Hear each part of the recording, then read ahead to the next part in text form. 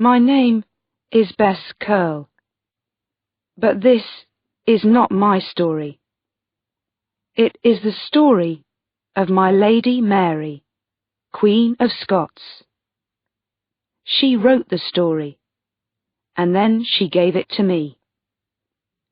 I am going to give it to her son. She began the story a week ago. It was January 1587, and we sat here in our cold room in Fotheringay Castle in the north of England.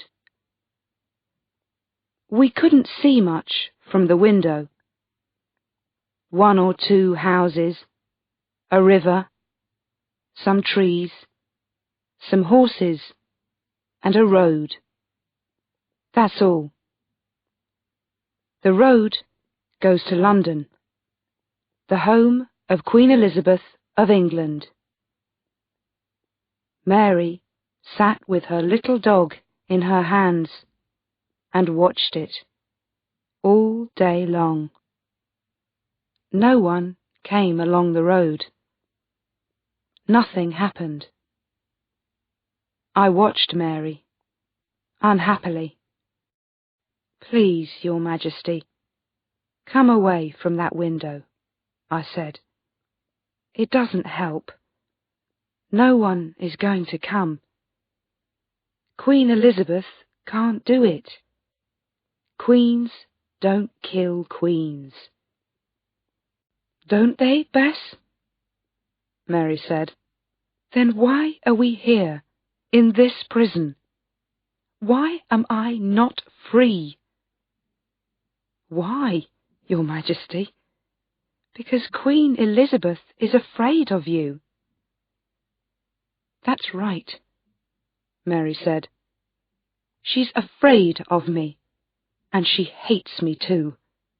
She hates me because I am beautiful, and she is not. Because I had 3 husbands, and she never married. And because many people, good Catholic people in England, France, Scotland, Spain, say that I, Mary, am the true Queen of England, not Elizabeth. And Elizabeth has no children, so when she is dead, my son James—" She came away from the window and stood in front of me.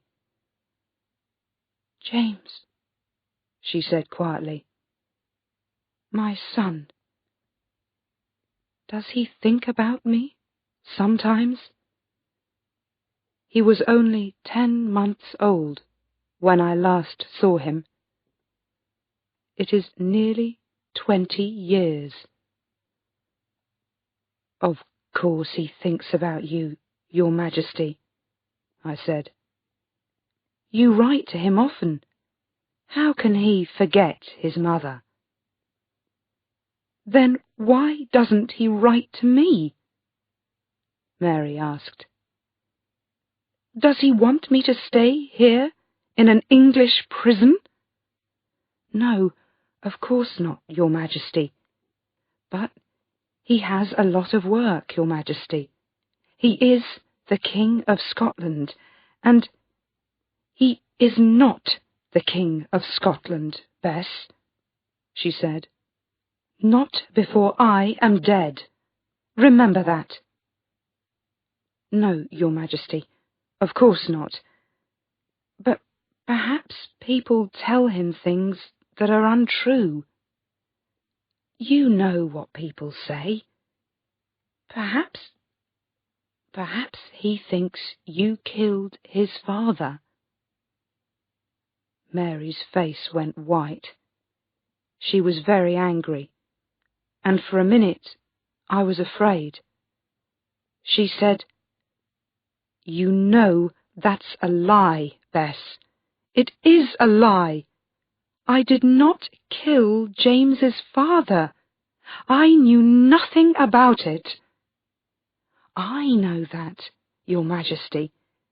But Perhaps James doesn't know it. He hears so many lies all the time. He needs to know the true story. Why don't you write and tell him? Mary sat down slowly. She looked old and tired. "All right, Bess," she said. "Give me a pen, please. I'm going to write to James and tell him the true story. You can give it to him when I'm dead." "Dead, Your Majesty? Don't say that. You aren't going to die." Her old, tired eyes looked at me. "Yes, I am, Bess. You know what is going to happen. One day soon, a man is going to bring a letter from Queen Elizabeth, and then her men are going to kill me. But before I die, I would like to write to my son, James. I want to tell him the story of my life. So give me a pen, please." I gave her a pen. This is what she wrote.